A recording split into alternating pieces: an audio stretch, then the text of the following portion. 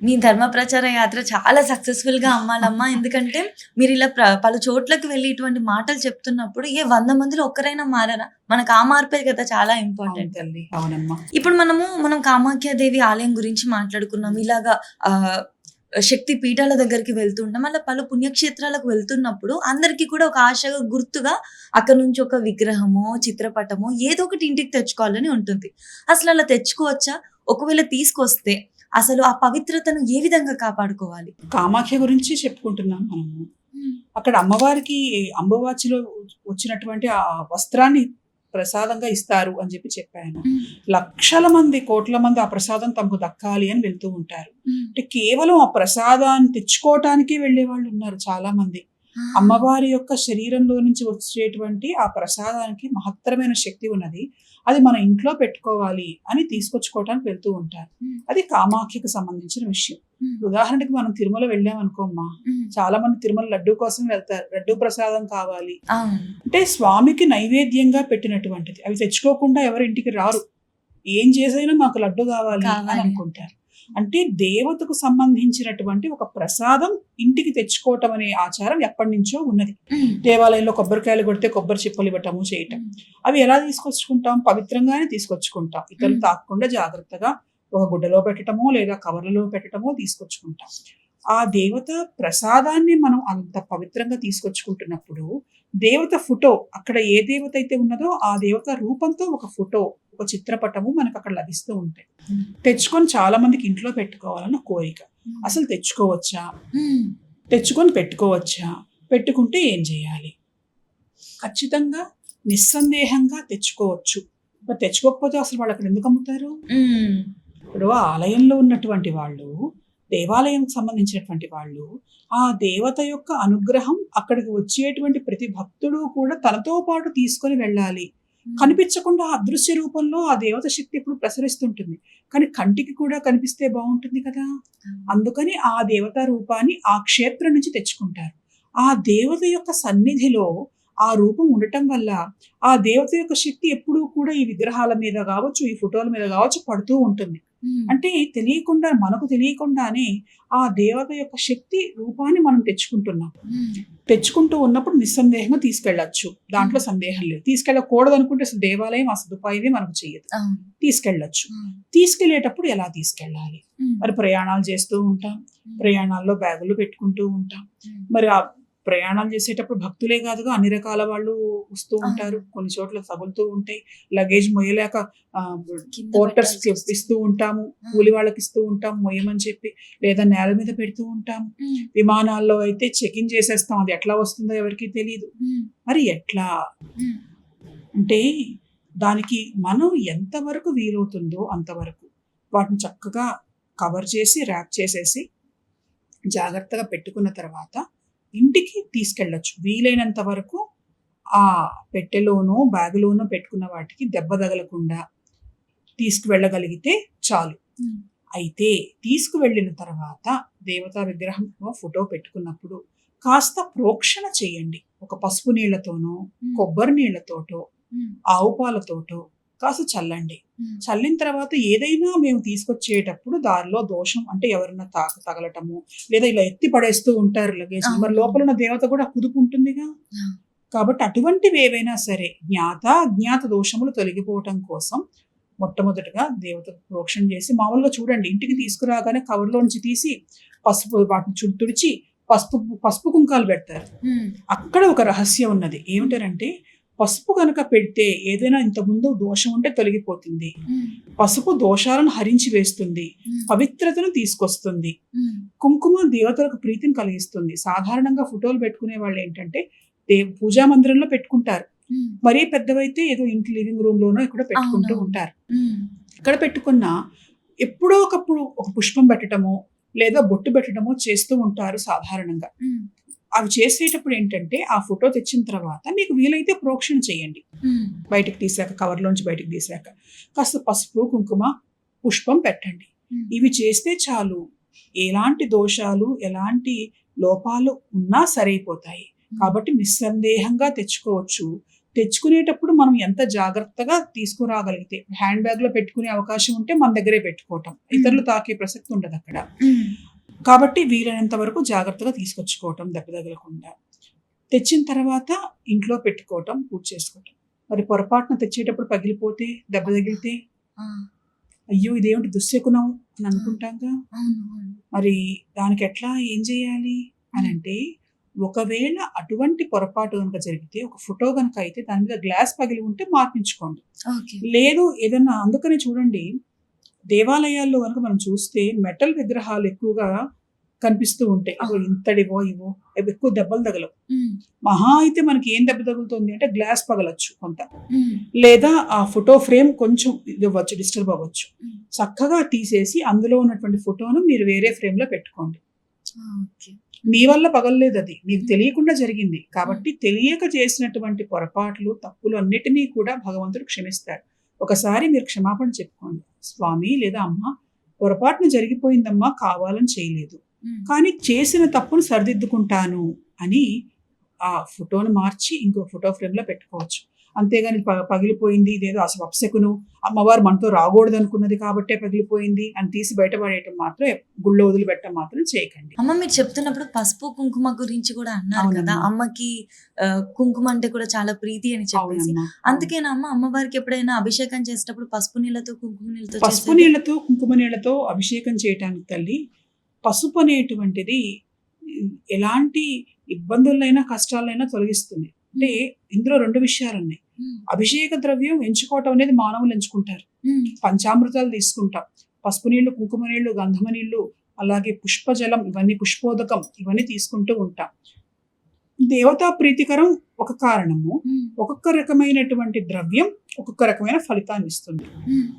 అయితే అమ్మవారి దగ్గరకు వచ్చేటప్పటికి ఆమె కుంకుమను ధరిస్తుంది, ఇష్టంగా ధరిస్తుంది. అమ్మవారికి కూడా చూడండి కుంకుమ పూజలు చేస్తూ ఉంటారు ఎక్కువగా.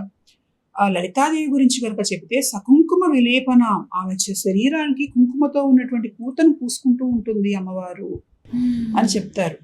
ఆ దేవికి ఇష్టం కుంకుమ అంటే. అలాగే పసుపు ఉన్నది, మనకి గణపతి యొక్క కథలో కనిపిస్తూ ఉన్నది. ఆ శరీరానికి ఉన్నటువంటి పసుపు నలుగుతోటే ఆమె ముద్దను చేసింది, అతనిలో ప్రాణం పోస్తే గణపతి అయ్యాడు అని. అంటే పసుపును అమ్మవారు ఉపయోగిస్తూ ఉంటుంది, కుంకుమను ఉపయోగిస్తూ ఉంటుంది. పసుపు అనేటువంటిది హరిద్రం, దరిద్రాన్ని నాశనం చేస్తుంది. కుంకుమ అనేటువంటిది సౌభాగ్యాన్ని ఇస్తుంది అని చెబుతూ, పసుపు కుంకుమలతోటి దేవతారాధన గనక చేస్తే చాలా త్వరగా వాళ్ళ అనుగ్రహం కలుగుతుంది. అయితే అందులో అమ్మవారికి మరింత ప్రీతికరంగా ఉంటుంది. అమ్మవారు ఇష్టపడుతుంది, పసుపును ఇష్టపడుతుంది. ఇందాక కూడా నేను గ్రామ దేవతల విషయంలో ఈ ఆటలం వచ్చినప్పుడు కూడా పసుపు పూస్తారు అని చెప్పాను.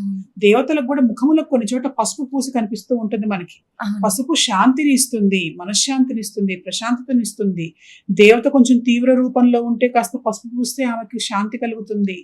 కాబట్టి అమ్మవారికి ఆ పసుపు నీళ్లతో అభిషేకం చేయటం, దేవత శాంతించడం కోసం, అమ్మ పొరపాట్లు మా ఏమన్నా దోషాలుంటే తొలగించమ్మా, శాంతించు నువ్వు అని పసుపు నీళ్ళు పోస్తూ ఉంటారు. చాలా చోట్ల ఏంటంటే ఈ గ్రామాల్లో వీటిలో కూడా పూనకాలు వస్తూ ఉన్నప్పుడు కూడా వాళ్ళకి శాంతింప చేయడానికి పసుపు నీళ్లు బయటాలు, కుంకుమ బొట్లు పెట్టాలు చేస్తూ ఉంటారు. అంటే దేవత శాంతిస్తుంది పసుపు నీళ్ళని చూడగానే. అలానే కుంకుమ ఆమెకు ప్రీతిపాత్రమైనటువంటిది కాబట్టి, కుంకుమను ఆమె నిత్యం ధరిస్తూ ఉంటుంది కాబట్టి ఆ అమ్మవారికి కుంకుమ పూజ చేయటము అనేటువంటిది కూడా మనకు కనిపిస్తూ ఉన్నది. అమ్మ ఇప్పుడు మనం అమ్మవార్ల గురించి మాట్లాడుతున్నాం కాబట్టి నాకు చిన్న సందేహం. చాలా మంది కూడా బయట దేవతలకు కూడా కులాలు ఉంటాయి, అమ్మవార్లకి కూడా కులాలు ఉంటాయి. ఏంటమ్మా నిజంగా అమ్మవార్లకి కులాలు ఉంటాయా? అలా అయితే ఆ కులం వాళ్ళు వచ్చి మొక్కితే వాళ్ళకి స్పెషల్ ఇంపార్టెన్స్, విఐపి ట్రీట్మెంట్ ఉంటుందా? నేను దీనికి సమాధానం నేను చెప్తాను, సందేహం తీరుస్తాను. నేను మిమ్మల్ని ఒక ప్రశ్న అడుగుతాను. మీకు వాసవి కన్యకా పరమేశ్వరి తెలుసా? అమ్మవారు ఆమె దివ్యలోకములలో ఆ తల్లిదండ్రులు లేకుండా వాళ్ళు రూపాలు తీసుకున్నారు. ఇప్పుడు లలితాదేవి తల్లిదండ్రులు ఎవరు? ఆమె ఒక మహత్తర చైతన్యంలో నుంచి ఒక రూపాన్ని ధరించింది. ఆమె సృష్టి అందరికీ కూడాను అధిదేవతగా లలితా సంప్రదాయంలో చెప్తున్నారు. అదే వైష్ణవం అయితే విష్ణుమూర్తి సృష్టించాడు అని అంటారు, శైవంలో శివుడు సృష్టించాడు అని అంటారు. అంటే వాళ్ళు సృష్టి చేశారు తప్ప తల్లిదండ్రులకు సంతానంగా వీళ్ళు కలగలేదు అని చూస్తే. కానీ కొంతమంది మహనీయులు, మహర్షులు, మహానుభావులు తపస్సు చేసి దేవతలను తన సంతానంగా పొందారు. దేవతలను తన సంతానంగా పొందాడు. రాముడు క్షత్రియుడు, క్షత్రియ కులంలో పుట్టాడు. మరి వాళ్ళ ప్రతివాడు రాముడు లాంటి భర్త కావాలంటాడు, రాముడు లాంటి రాజు కావాలంటారు, మాకు రామరాజ్యం కావాలంటారు, రాముడు లాంటి కుమారుడు కావాలంటారు. మరి అన్ని వర్ణముల వారు ఆయన పూజిస్తున్నారుగా. ఆయన కేవలం క్షత్రియులకు మాత్రమే వరమిస్తాడా? కాదు. అలాగే కృష్ణుడు కూడా అంతే. అలాగే అమ్మవారి దగ్గరకు వచ్చేటప్పటికి ఒక లక్ష్మీదేవి గురించి ఉదాహరణ చెప్తాను. దివ్యలోకములలో లక్ష్మీదేవి ఉన్నది. ఆమె అమ్మవారు జగజ్జనని తనలో నుంచి ఒక శక్తిని తీసి విష్ణుమూర్తికి ఇచ్చింది లక్ష్మీదేవి అని ఒక కథ. ఆ తర్వాత ఆమె క్షీరాబ్ది కన్యకగా క్షీరసాగరంలో నుంచి పుట్టింది. క్షీరసాగర మథనం జరిగేటప్పుడు అదొక రూపం. అది కాక భృగు మహర్షి ఆమె కోసం తపస్సు చేశాడు. తపస్సు చేసి ఆమె ప్రత్యక్షమైతే ఏం కావాలి అని అడిగితే, అమ్మా నువ్వు నా కుమార్తెగా జన్మించు అని అడిగాడు. భృగు వంశంలో భృగు మహర్షికి బ్రాహ్మణ వర్ణంలో అమ్మవారు పుట్టింది. బ్రాహ్మణ కులంలో భార్గవి అని అన్నారు. అంతవరకు బానే ఉంది. ఆ తర్వాత ఆ లక్ష్మీదేవి చెంచు లక్ష్మిగా ఒక అవతారం తీసుకుంది. ఆ నరసింహస్వామి ఆయన ఉన్నాడు. ఆయన వచ్చినప్పుడు అక్కడ పుట్టుక అనేది చెప్పకపోయినా చెంచులు గిరిజన జాతి స్త్రీగా ఆమెను పూజలు అందించుకుంటున్నాం మనం. చెంచు లక్ష్మి, చాలా మంది చెంచమ్మని పూజిస్తున్నాం, చెంచు లక్ష్మిని పూజిస్తున్నాం. అంటే ఆ జాతి సంబంధించినటువంటి రూపాన్ని ఆమె ధరించింది. నేను ఈ కొండజాతి పిల్లను అని అన్నది, కొండజాతిలో పుట్టానని అన్నది.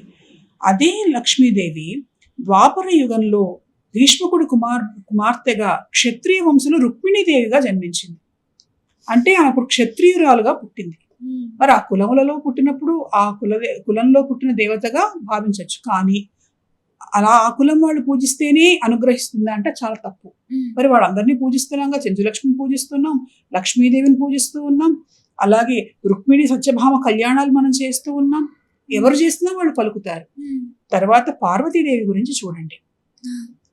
ఆమె హిమవంతుడి కుమార్తెగా పుట్టింది. పర్వతరాజు, కొండరాజు అన్నారు, కొంతమంది కొండజాతి అన్నారు. అలాగే దక్షుడి కుమార్తెగా పుట్టింది. బ్రహ్మకుమారుడుగా కొంతమంది బ్రాహ్మణ వర్ణంలో పుట్టిందని చెప్తూ ఉంటారు.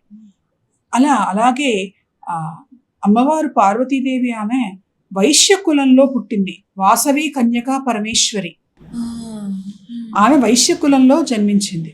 అలాగే మాతంగుడు అనేటువంటి వ్యక్తి తపస్సు చేసినప్పుడు ఈవిడ లలితాదేవి యొక్క మంత్రిని శ్యామలాదేవి ఆమెను తన కుమార్తెగా కావాలని అడిగాడు. అమ్మా నా స్నేహితుడు ఒకడు ఉన్నాడు హిమవంతుడు, ఆయనకి నువ్వు కుమార్తెగా వచ్చిందిట. లలితాదేవి అమ్మవారు ఆమెను పార్వతిగా ఉన్నది, కానీ హిమవంతుడి కుమార్తె కాబట్టి ఆమెను హైమవతి అని అంటున్నారు. నాతో ఎప్పుడు మాట్లాడినా నేను చాలా గొప్పవాడిని అయ్యా, అమ్మవారి నాకు కుమార్తెగా పుట్టిందని అంటున్నాడు. నాకు కూడా అనిపించింది ఆ అదృష్టం అతడికైనా నాకెందుకు కలగకూడదు అని అనిపించింది. నువ్వు నాకు కుమార్తెగా జన్మించమ్మా అని అడిగాడు.